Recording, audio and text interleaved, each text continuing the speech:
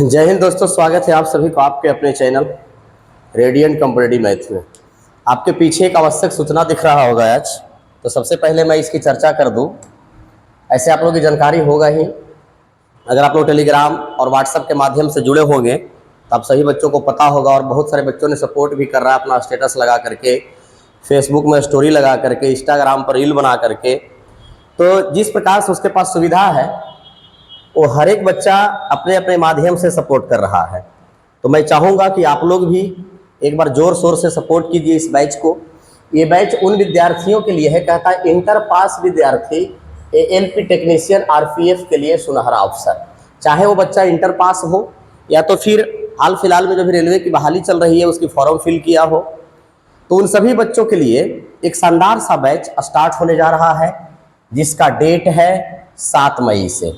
कब से है? 7 मई से। और टाइमिंग है सुबह में 6 से 7। मोबाइल नंबर मेरा दिया हुआ है 919971171122। मेरा एड्रेस है जगजीवन कॉलेज मानपुर गया। आप लोग मानपुर में अगर रहते होंगे या तो गया कि कोई भी कोना में रहते होंगे तो मानपुर में जगजीवन कॉलेज बहुत पुरानी कॉलेज है, सरकारी कॉलेज है, उसके बगल में मेरा संस्थान चलता है। अगर उतना में भी अगर आप लोग कन्फ्यूज हो जाते हैं, आने में किसी प्रकार की समस्या होती है, तो आप ये दिए गए नंबर पे आप हमसे कांटेक्ट कर सकते हैं। मैं आपको अपने संस्थान तक लाने में भरपूर प्रयास करूंगा। तो इस बैच को आप लोग सपोर्ट कीजिए और ज़ोर शोर से प्रचार कीजिए, ज़्यादा से ज़्यादा वीडियो को शेयर कीजिए। और अगर आप चैनल पे नए हैं तो चैनल को सब्सक्राइब कीजिए। आप लोग वीडियो देखते हैं, मैंने एक कमी देखा है आप लोग को, इसके पिछले वाला वीडियो में कॉमेंट बहुत कम था, तो कमेंट आप लोग दबा करके किया कीजिए, भरपूर मात्रा में कमेंट कीजिए, ताकि उससे मुझे कुछ सीख मिले कि हमसे गलती कहाँ हो रही है। लाइक किया कीजिए, क्योंकि लाइक की मात्रा ही बहुत कम होता है। तो चलिए सर, ये सूचना आप लोग को देना था, जो मैं पिछले वीडियो के माध्यम से भी दिया था। 7 मई से स्टार्ट हो रहा है, सुबह 6 से 7। आप लोग जानते हैं कि गर्मी का दिन है, और इस गर्मी के दिन में सुबह वाला जो टाइमिंग होती है वो सबसे बेस्ट होती है, क्योंकि दिमाग भी उस समय ठंडा रहता है। धीरे धीरे जब धूप बढ़ने लगता है तो दिमाग गर्म हो जाता है आप लोग का, इसलिए मैंने सोच समझ करके ये बैच रखा है सुबह में 6 से 7। और इसी के साथ साथ एक और बैच स्टार्ट हो रहा है रीजनिंग का। रीजनिंग का बैच स्टार्ट हो रहा है सटले 7 से 8 सुबह में ही, यानी कि जो बच्चा एक बार पधारेगा वो ये दोनों बैच को करके जाएगा। इसके बाद सटले एक और बैच है 8 से 9 जो जीके जीएस का है, जो मनीष सर और सतीश सर के द्वारा पढ़ाया जाता है। और ये दोनों बंदा ऐसे हैं जो कई बार बीपीएससी का पीटी मेंस निकाल चुके हैं। बीपीएससी कौन वाला बीपीएससी? वो टीचर वाला नहीं, बीपीएससी बन करके जो एसडीएम बनता है, जो ज्योति मौर्य अपने पति को छोड़कर चली गई थी एसडीएम बनने के बाद। बेचारे बहुत मेहनत करके पढ़ाया लिखाया, उसको बहुत आशा और उम्मीद के साथ पढ़ाया है, उसके बाद वो छोड़ करके भागी गई। रीजनिंग का टीचर राहुल सर, जो हम दोनों का बैच स्टार्ट हो रहा है। मैथ का बैच 6 से 7 है और रीजनिंग का बैच 7 से 8 है। तो चलिए, आपका समय बिना बर्बाद किए अब हम लोग अपने सेशन की शुरुआत करते हैं। जिस प्रकार से हम लोग डेली एक नए अंदाज में पढ़ रहे थे, उसी प्रकार से आज फिर हम लोग पढ़ने की कोशिश करेंगे। चलिए सर, आपके सामने पहला क्वेश्चन दिख रहा होगा। पहला क्वेश्चन कहता है कि निम्नलिखित ग्राफ का अध्ययन कीजिए और उसके आधार पर पूछे गए प्रश्न का उत्तर दीजिए।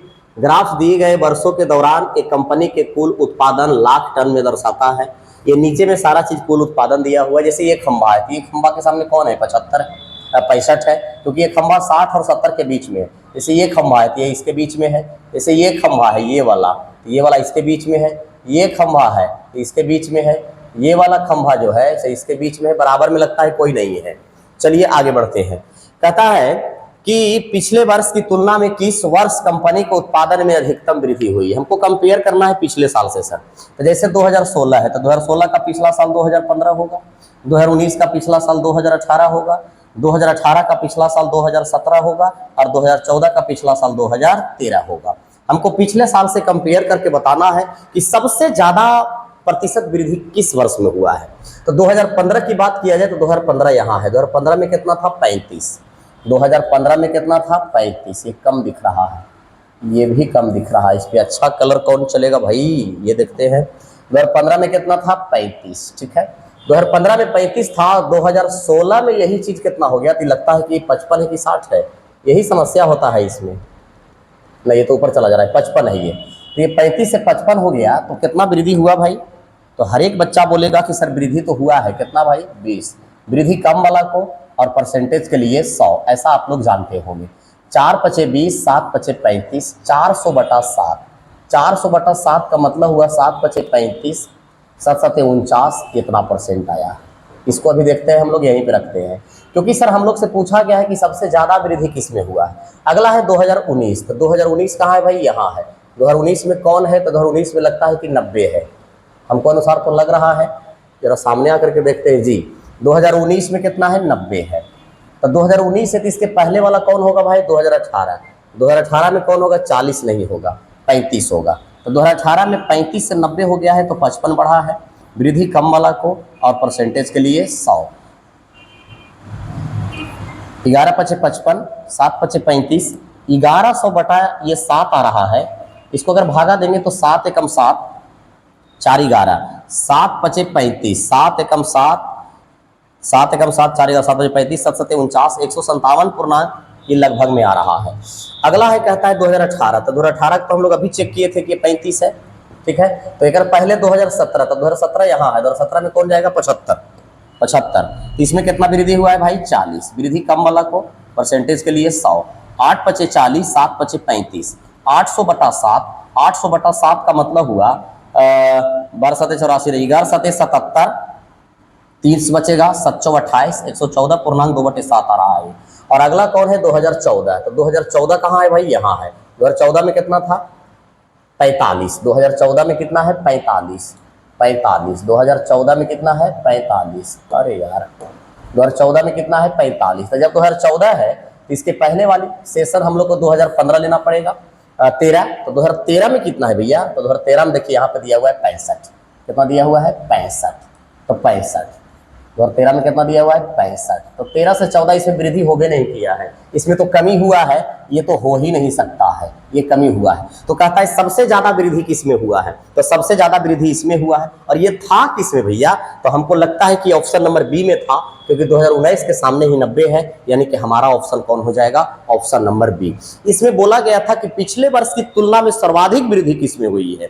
तो हर एक पिछले साल से कंपेयर करना पड़ेगा हमें, और हर एक पिछले साल से कंपेयर करने के बाद जिसमें सबसे ज्यादा वृद्धि होगा वही हमारा आंसर होगा। समझ गए? चलिए अगले क्वेश्चन की ओर। अगला क्वेश्चन, ये सूचना आप लोगों को दे दिया गया है। चलिए, एक बेलनाकार खंभे का वक्र पृष्ठ का क्षेत्रफल 66 है और उसका आयतन 231 है, तो इसकी त्रिज्या ज्ञात कीजिए। पिछले क्लास वाला क्वेश्चन एक बार फिर से रिपीट हो गया। तो आप लोग जानते हैं सर कि वक्र पृष्ठ का क्षेत्रफल होता है बेलन का 2πr(h) और बेलन का आयतन होता है πr²h। वक्र पृष्ठ दिया हुआ है 66 और ये दिया हुआ है 231, ठीक है। तो सर यहाँ से अगर काटा पीटा किया जाए तो पाई से पाई कट जाएगा, एच से एच कट जाएगा, एगो आर से एगो आर कटेगा, और ये 33 दूनी 66 होगा, और ये 33 सते कट रहा है। तो भैया आर का मान कितना आएगा? 7। कहाँ दिख रहा है? ऑप्शन नंबर सी में दिख रहा है। ये पिछले क्लास में भी ये क्वेश्चन करवाया गया था, लेकिन रिपीट हो गया तो एक बार हम लोग को फिर से करना पड़ा। चलिए अगला क्वेश्चन। अगला क्वेश्चन कहता है कि एक आदमी किसी वस्तु को 10% हानि पर बेचता है। तो हमने मान लिया सर कि वो आदमी इस वस्तु को खरीदा होगा कितना में? 100 में। तो 100 में खरीदा है और 10% हानि पर बेच दिया है, यानी कितना में बेचा है? 90। ठीक है। आगे कहता है कि यदि वह 20% कम में खरीदता, माने दोबारा अगर वो सामान खरीदने गया है तो 20% कम में, तो केकरा से 20% कम? तो जितना में पहले खरीदता था उससे 20% कम में खरीदता है। 800 रुपया अधिक में बेचता है, इसको अभी साइड में रखिए। और 800 रुपया अधिक में बेचता है तो उसको 25% का लाभ होता है। तो एक ने 25%, और 25% का मतलब आप लोग जानते हैं कि 1/4 होता है, क्योंकि 25% को हम लोग 25/100 लिखेंगे, तो 25% बोलिए और चाहे तो 1/4 बोलिए, ये दोनों में कोई अंतर नहीं है। तो सर 1/4 अगर वृद्धि हो रहा है, इसका 1/4 कितना होता है? 20। 20 चौ 80, 25% लाभ प्राप्त होता है। 25 चौके 100, 20% कम में खरीदता तथा 800 रुपया अधिक में बेचता। अच्छा, यहाँ 10% हानि, ठीक है, 10% हानि पर बेचता है। यदि वह 20% कम में खरीदता तथा 800 रुपया अधिक में बेचता, तो यहाँ कितना हो रहा है सर? 100। अब 800 रुपया अधिक में बेच रहा है और हम ही बोले हैं तो सर 10 रुपया अधिक में बेच रहा है, तो कहता है कि इस वस्तु का क्रयमूल्य ज्ञात कीजिए। तो हम लोग सबको जानते हैं कि क्रयमूल्य अपने आप में 100% होता है, यानी कि इस वस्तु का क्रयमूल्य कितना होगा 8000। 8000 कहाँ दिख रहा है, ऑप्शन नंबर सी में दिख रहा है। तो ये लाभ हानि का ये भी अच्छा खासा सवाल है। अगला क्वेश्चन, √6 का मान दिया हुआ है, इसका मान पूछ रहा है। कहता है √6 प्लस, इसको हम क्या लिखेंगे भाई, 6 चौके 24 तो 2√6 हो जाएगा। इसको हम क्या लिखेंगे, 9 छक 54, तो 9 छक 54 तो 3√6 हो जाएगा। जैसे 54 को हम लोग लिखेंगे, 54 को हम लोग लिखेंगे 9 छक 54, तो 9 का वर्गमूल तो 3 हो जाएगा, लेकिन 6 पर तो रूट रह ही जाएगा। अब इसका मान दिया हुआ है 2.45 प्लस ये हो जाएगा 2 गुना 2.45 प्लस ये होगा 3 गुना 2.45, ठीक है। ये होगा 2.45 प्लस 5 दूनी 10, 4 दूनी 8, 1 9 और 2 दूनी 4, ये हो जाएगा। ये हो जाएगा 5 तिया 15, 4 तिया 12, 1 13, 3 दूनी 6 और 1 7। अगर इसको जोड़ेंगे तो 5 और 5 10 के 0 हाथ में आएगा 1, 5 5 10 के 0 हाथ में 1, 9 3 12, 12 4 16, 16 1 17, 17 17, तो सर ये ऑप्शन हो नहीं सकता, ये ऑप्शन हो नहीं सकता। अब जब भी होगा ऑप्शन तो होगा चाहे ए चाहे ए होगा। 17 हाथ में 1, 7 4 11, 11 2 13, 13 1 14, यानी कि हमारा ऑप्शन होगा 14.70, जो कहाँ दिख रहा है भाई, ऑप्शन नंबर ए में दिख रहा है। ये बेसिक सा सवाल था, छोटा सा क्वेश्चन है। अगला क्वेश्चन जरा गौर कीजिएगा इसमें कि 1 के स्क्वायर, 2 के स्क्वायर, 3 के square, dot dot dot dot dot dot dot P के स्क्वायर का हर कोई जानता है कि सीरीज जो दिख रहा है इसे प्राकृतिक संख्या का सीरीज दिख रहा है, प्राकृतिक संख्या के वर्ग दिख रहा है, ठीक है। तो प्राकृतिक संख्या के वर्गों का योग बराबर ये फॉर्मूला होता है सर। तो हमसे पूछा है कि 1 का स्क्वायर प्लस 3 का स्क्वायर प्लस 5 का स्क्वायर, ऐसी डॉट डॉट डॉट डॉट करते करते प्लस 17 का स्क्वायर बराबर क्या होगा। तो जरा गौर से देखिए अगर आप, ये विषम संख्या का सीरीज है और विषम संख्या में भी कौन, विषम संख्या का योग नहीं, विषम संख्या के वर्गों का योग दिख रहा है। अरे भाई विषम संख्या के वर्गों का योग दिख रहा है, तो विषम संख्या के वर्गों का योग बराबर होता है विषम संख्या के वर्गों के योग बराबर, वर्गों के योग बराबर होता है n into 4n square minus 1/3, ठीक है। जहां n बराबर होता है लास्ट प्लस 1/2, तो लास्ट में 17 है प्लस 1/2 18/2, यानी n का मान कितना आ जाएगा 9। अब इस फॉर्मूला के अंदर में वही n के मान हम लोग को बैठाना है, तो 9, ठीक है। 9 9 81 गुने 4, 81 गुना 4 करेंगे 324 आएगा।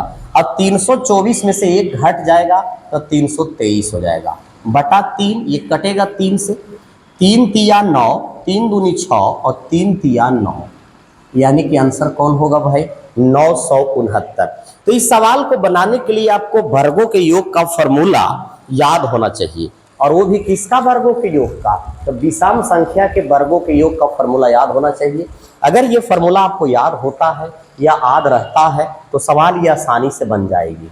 चलिए अगला कहता है एक दूसरे से 100 किलोमीटर दूरी पर स्थित 2 स्टेशन है, 2 स्टेशन है एक दूसरे से 100 किलोमीटर के दूरी पर स्थित। आगे कहता है स्टेशन से 2 ट्रेन एक ही समय पर निकलते हैं, ध्यान दीजिएगा सेम समय पर निकलता है, एक दूसरे की ओर चलता है, तो ट्रेन एक स्टेशन से 70 किलोमीटर की दूरी पर मिलता है, यानी कि कितना किलोमीटर की दूरी पर 70 किलोमीटर के। तो सर एक ट्रेन यहाँ से चली है वो 70 किलोमीटर की दूरी पर मिली है, तो जो यहाँ से ट्रेन चली होगी वो 30 किलोमीटर की दूरी पर मिली होगी। तो सर डिस्टेंस का रेशियो आ गया 70 और 30, लेकिन रेशियो निकालेंगे तो 7:3 आएगा। अब सेम समय पर चला है तो मिला भी होगा सेम समय पर। जैसे एक लड़का चल रहा है पटना से और एक लड़का चल रहा है गया से। पटना से जो लड़का आ रहा है वो कार से आ रहा है और गया से जो लड़का जा रहा है वो मोटरसाइकिल से जा रहा है। तो मान के चले कि दोनों लड़का जहानाबाद में मिल गया, तो सर जहानाबाद में मिलेगा तो दूरी कम बेसी तय कर सकता है, लेकिन समय जो लगेगा वो आपस में बराबर लगेगा, क्योंकि चाल दोनों का कम बेसी है। कार वाला का चाल दूसरा होगा, मोटरसाइकिल वाला का चाल दूसरा होगा, तो डिस्टेंस दोनों कम बेसी तय करेगा, लेकिन समय जो लगेगा वो दोनों को आपस में बराबर लगेगा। तो हमसे पूछा है कि चाल का रेशियो बताइए, तो चाल बराबर दूरी बटा समय और चाल बराबर दूरी बटा समय, option number B for ball, ball मने गेंदा। अगला क्वेश्चन आइए सर, बहुत ही आसान सवाल, जिसको देख करके बना करके आपको बहुत, अरे यार बहुत मज़ा आने वाला है। बड़ा ही आसान क्वेश्चन है, ध्यान से सुनिएगा।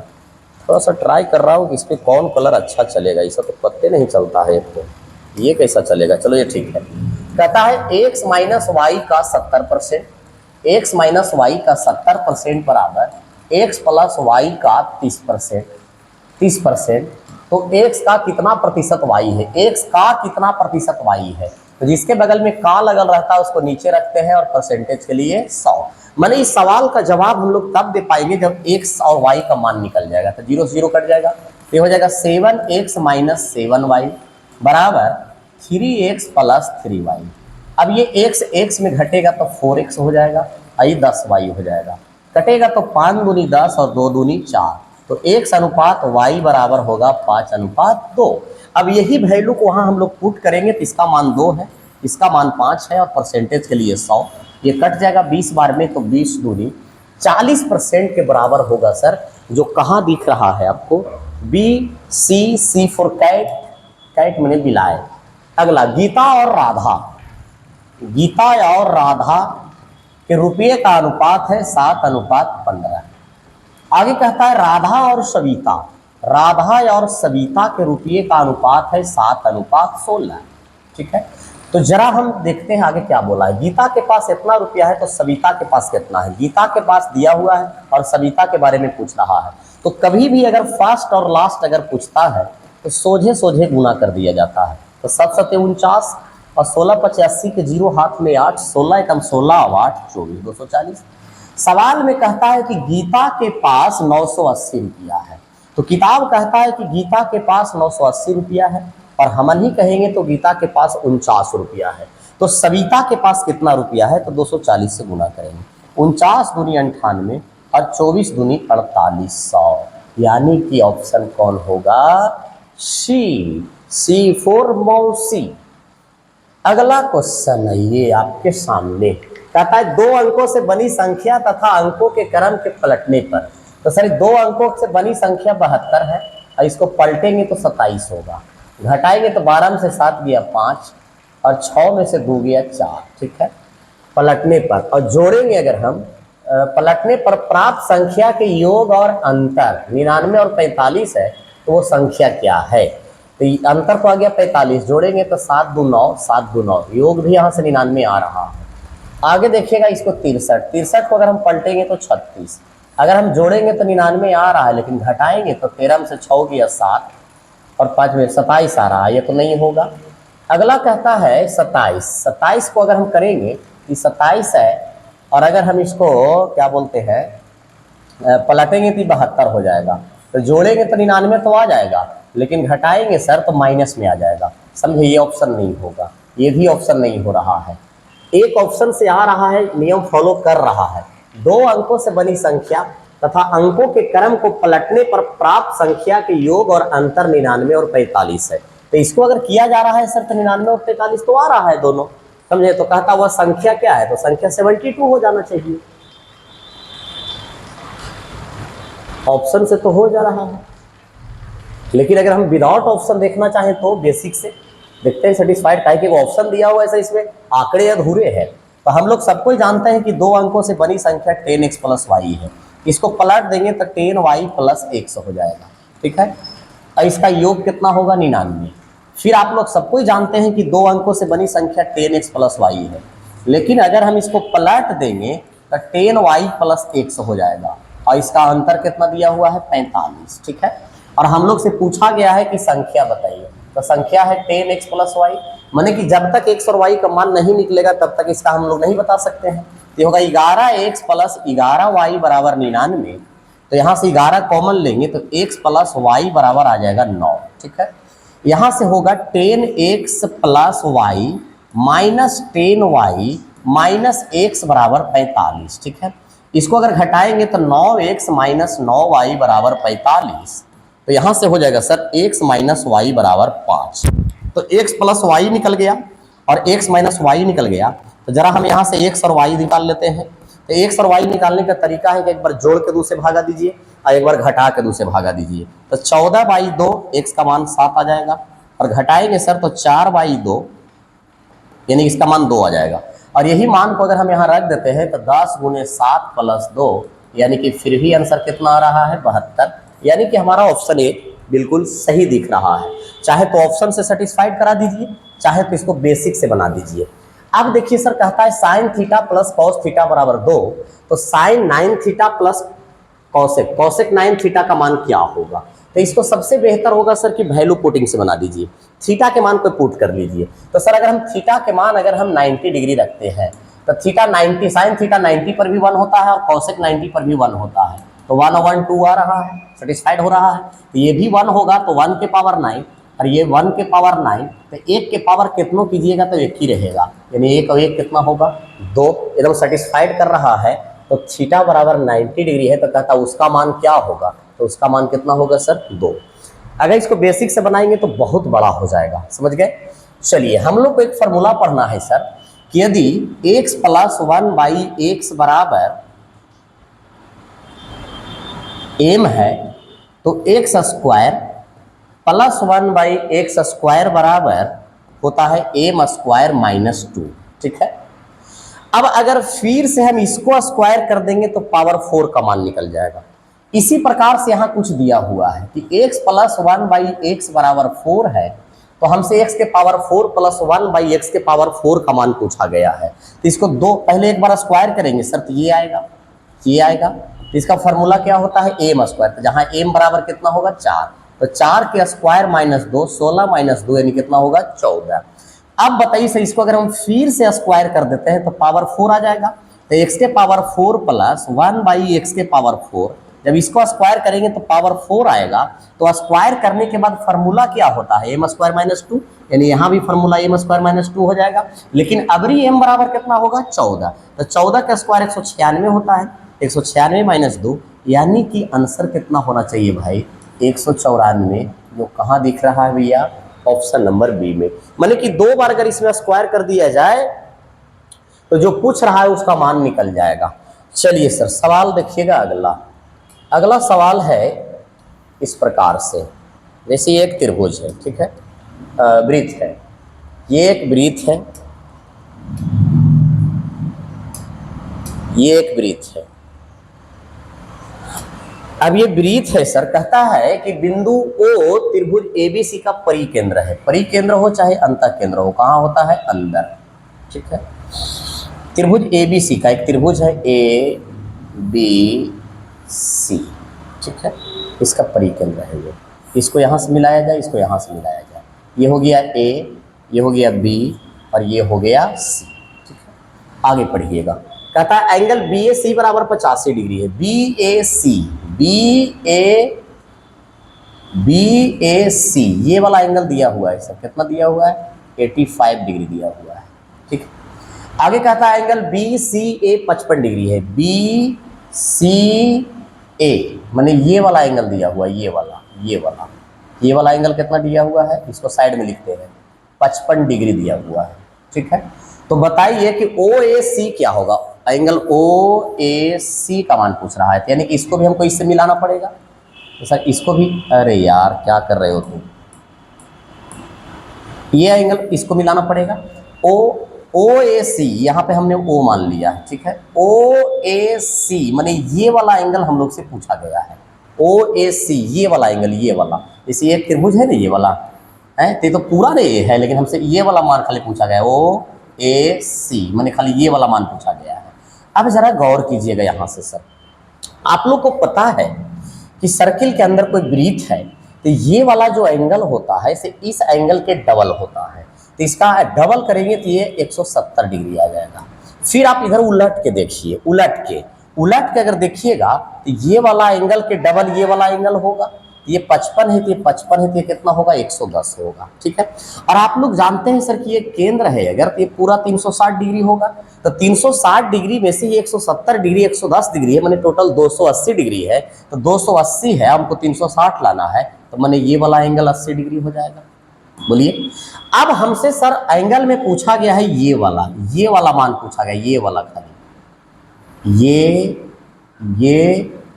ये इस त्रिभुज में हमसे ये वाला मान पूछा गया है।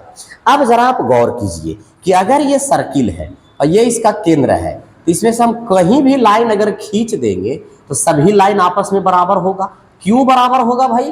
क्योंकि एक वृत्त के अंदर केंद्र से परिधि तक की खींची गई दूरी को त्रिज्या कहते हैं। ये केंद्र है, ये इसका परिधि है। और एक वृत्त के अंदर केंद्र से हम कहीं भी परिधि तक अगर लाइन खींच देते हैं तो सभी लाइन आपस में बराबर होगा। इसलिए बराबर होगा क्योंकि सभी लाइन वृत्त की त्रिज्या है। तो जरा गौर कीजिएगा सर आप कि ये इसका केंद्र है और यहां से यहां लाइन खींचे गए तो ये भी रेडियस होगा, और यहां से यहां लाइन खींचा गया तो ये भी रेडियस होगा। अब बताइए आप लोग कि जब ये दोनों साइड बराबर है, दोनों साइड अगर बराबर है तो ये वाला कोण और ये वाला कोण दोनों आपस में बराबर होगा। होगा कि नहीं होगा? क्योंकि ज्योमेट्री का नियम है कि दो भुजा बराबर तो उसके सामने वाला दोनों कोण भी आपस में बराबर होते हैं। अब ये एक छोटा सा त्रिभुज है सर, अब ये एक छोटा सा त्रिभुज है तो त्रिभुज के तीनों कोणों का योग 180 डिग्री होता है। अब 180 डिग्री में से ये वाला एंगल 80 डिग्री है तो ये दोनों मिला करके 100 डिग्री होगा। अब 100 डिग्री होगा तो 100 डिग्री में ये भी एंगल 50 डिग्री होगा और ये भी एंगल कितना डिग्री होगा? 50 डिग्री होगा। और हमसे यही वाला मान पूछा गया था, यानी कि हमारा आंसर कौन हो जाएगा भाई? बी फॉर बॉल, बॉल माने गेंदा, बी फॉर बिहार। अगला क्वेश्चन, एक समान बेलन की त्रिज्या क्या होगी जिसकी ऊंचाई इकाई से वक्र पृष्ठ का क्षेत्रफल इतना है? तो आप लोग जानते हैं कि वक्र पृष्ठ का क्षेत्रफल होता है बेलन का 2 पाई आर एच, 2 पाई आर तो पूछा गया है, एच दिया हुआ है 21, बराबर में दिया हुआ है 1386। अब इसको काट देना है, खाली काट दीजिएगा, आर का मान निकल जाएगा, 7 या 21 हो जाएगा।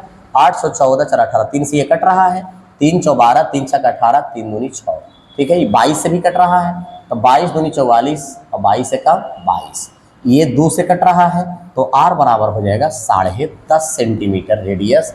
यानी कहाँ दिख रहा है भैया? ऑप्शन डी में दिख रहा है। मजे से आराम से प्रैक्टिस करते रहिए। इससे फायदा क्या होगा कि अगर मैं एक दिन में 20 सवाल आपके सामने लाया हूँ तो ये 20 क्वेश्चन 20 चैप्टर से होगा।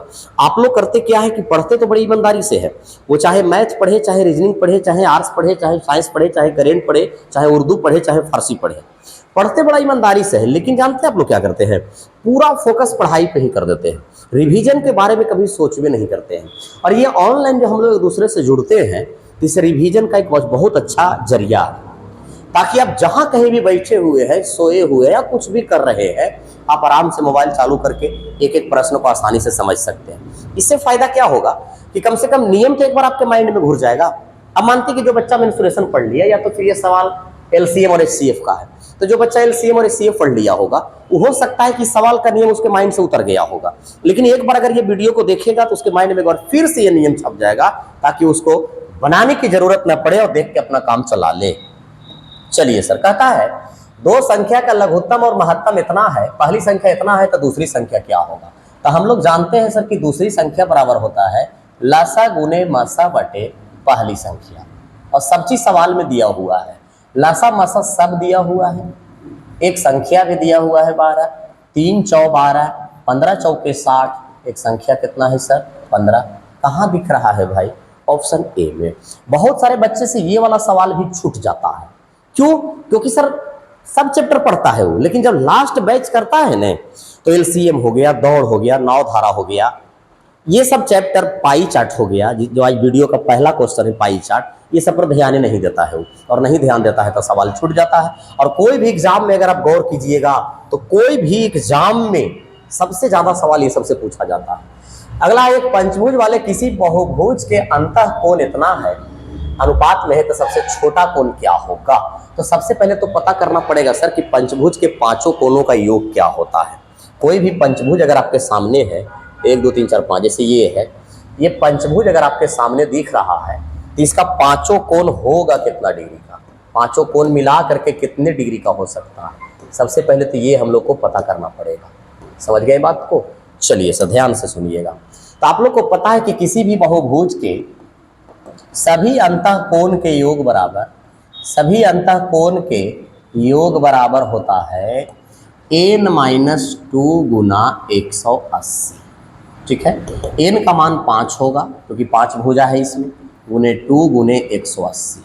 ठीक, सॉरी, n का मान 5, तो 5 में से 2 नहीं जाएगा, तो 5 - 2 गुना 180, तो 5 में से 2 जाएगा 3, यानी कि पंचभुज के पांचों कोणों का योग कितना होता है सर? 540 डिग्री। और इसी का रेशियो सवाल में यहाँ दिया हुआ है। तो किताब कहता है कि सभी कोणों का योग 540 डिग्री है, और हम नहीं बोलेंगे तो 5 5 10 10 6 16 16 2 18, तो पूछा गया है कि सबसे छोटा कोण क्या होगा, तो 2 से गुना। 18 तिया 54 और 30 दूनी 60 डिग्री सबसे छोटा कोण होगा। ऑप्शन सी सही आंसर होगा। क्लियर है आप लोग? तो ये वाला फॉर्मूला आपको पता होना चाहिए। और एक चीज और, किसी भी बहुभुज का सभी वहिष कोण का योग 360 डिग्री होता है। बहुभुज का कोई फॉर्मूला, बहिष कोण का योग कोई फॉर्मूला नहीं होता है।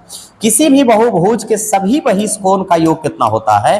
360 डिग्री होता है, चाहे वो जितना भुजा का बहुभुज हो। अगर कह दिया कि 1000 भुजा वाला एक बहुभुज है तो इसका सभी बहिष कोण का योग कितना डिग्री होगा, बाहर का कोण का योग कितना डिग्री होगा। तो चाहे कितनों भुजा वाला अगर बहुभुज रहेगा तो उसके बाहर के सभी कोणों का योग कितना होता है? 360। लेकिन अंदर के कोणों का योग होता है n-2 गुने 180। नेक्स्ट अगला क्वेश्चन देखिएगा सर।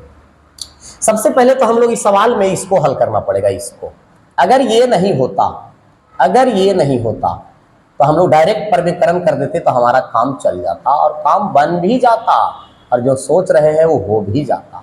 अगर ये नहीं होता तो आसानी से प्रविकरण कर देते, हमारा काम हो जाता। लेकिन सर ये नहीं होता तब ने ऐसा होता। यहाँ तो ये है। अब जरा पहले इसको तोड़िए, इसको हम इधर लाते हैं सर। कहता है 7 + 4√3।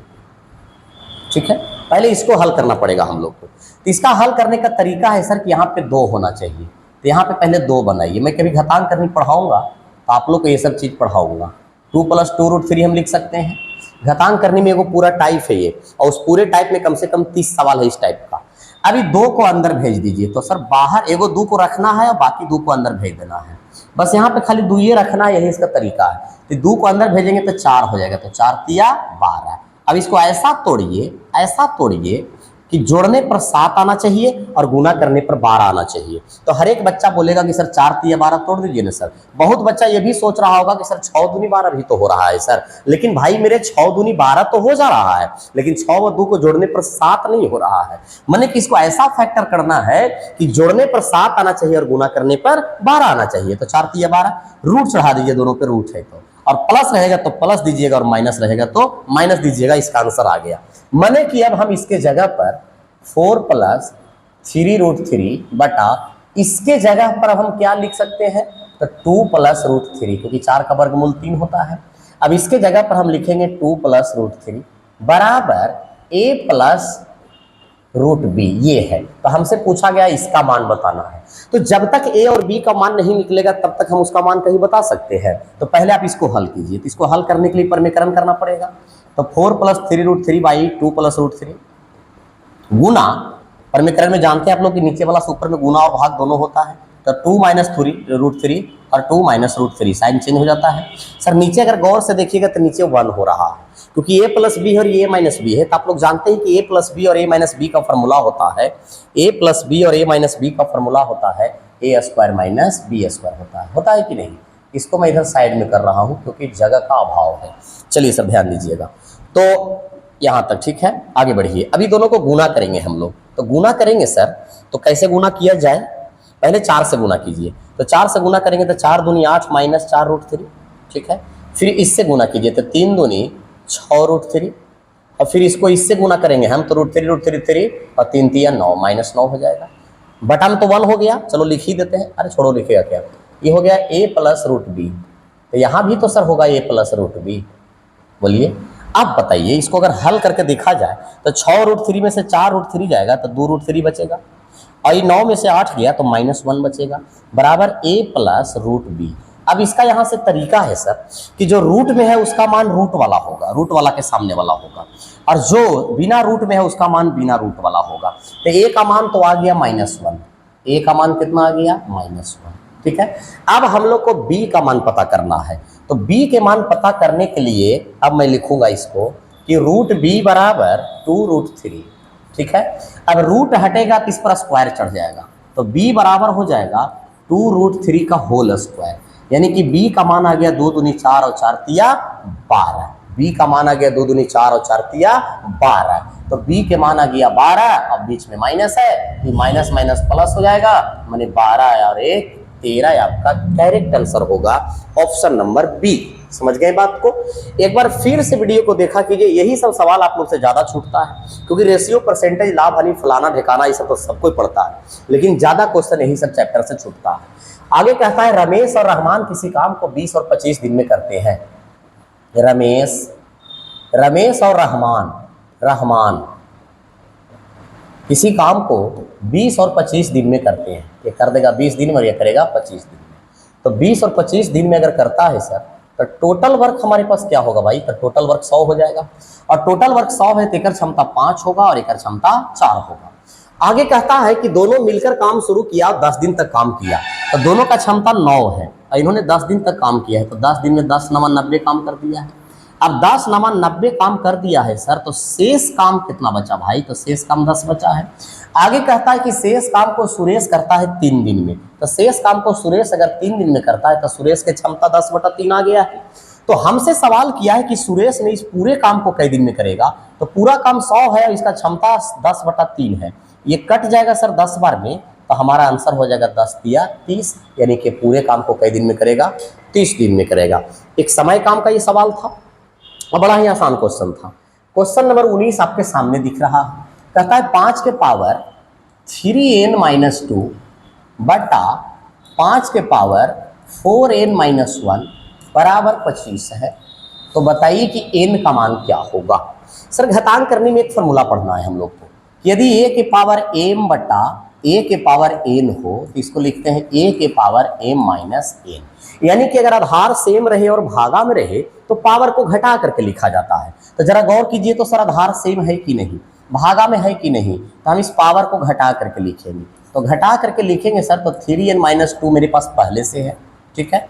आई नीचे वाला पावर ऊपर जाके घट जाएगा तो 4n-1 होगा। आई 25 को हम 5 का स्क्वायर लिख देते हैं। अब इसको अगर यहाँ से हम घटाएंगे तो 3n में से 4n जाएगा तो -n बचेगा, ठीक है। आई माइनस माइनस प्लस हो जाएगा, सही है ना। -4n में से 3n जाएगा तो n बचेगा, और ये माइनस माइनस प्लस 1 आइए तो ये -1 बचेगा, ठीक है, बराबर 5 के स्क्वायर।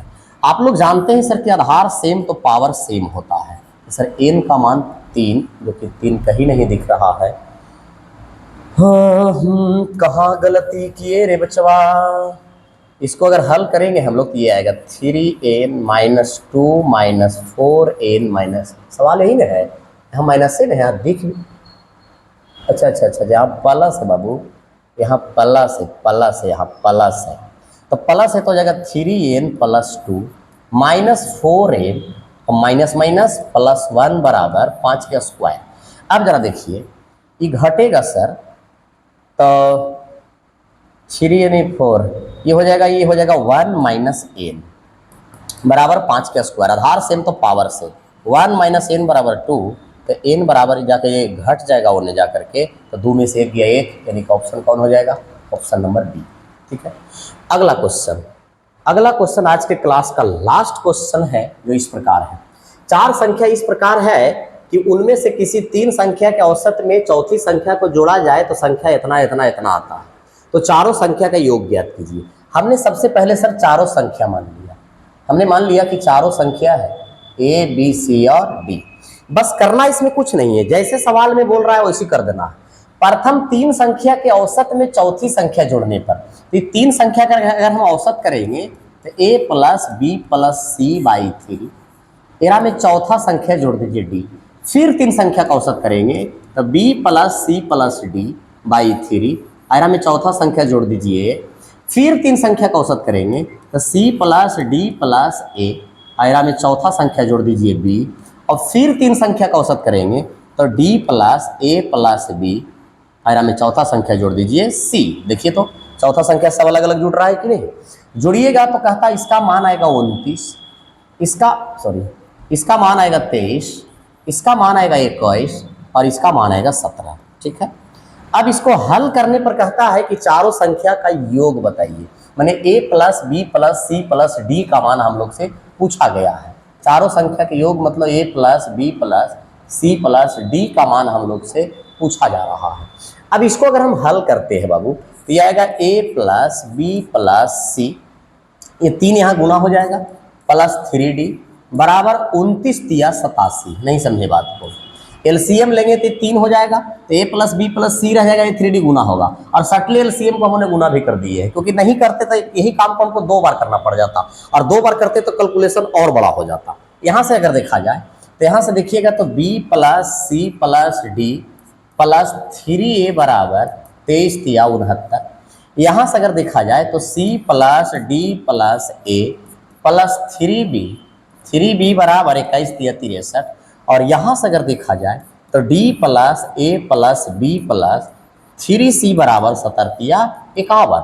अब जोड़ दीजिए सबको, तो जोड़िएगा तो एगो यहाँ है, 3 गो है, 3 अब 1 4, 4 1 5, 5 अब 1 6, तो 6 गो अगर ए आ रहा है तो 6 गो बी भी आएगा, 6 गो सी भी आएगा, 6 गो डी भी आएगा। तो हमने क्या किया कि 6 कॉमन कर लिया। 9 7 16, 16 4 20 के 0 हाथ में 2, 8 6 14, 14 6 20, 20 और 5 25, और 25 और 2 27। यही होगा बाबू। तो यहाँ से आएगा a plus B plus C plus D, 6 चौके 24 और 6 पचे 30, यानी a plus B plus C का मान कितना होगा भैया? 45। अगर कह देता सवाल में कि a plus B plus C plus D का औसत बताइए, ये 45 में भागा पड़ जाता, 45 में भागा पड़ जाता कितना से? 4 से। 11.1/4 हो जाता है। जानते हैं कोची? इसका औसत हो जाता। समझ गए बात को?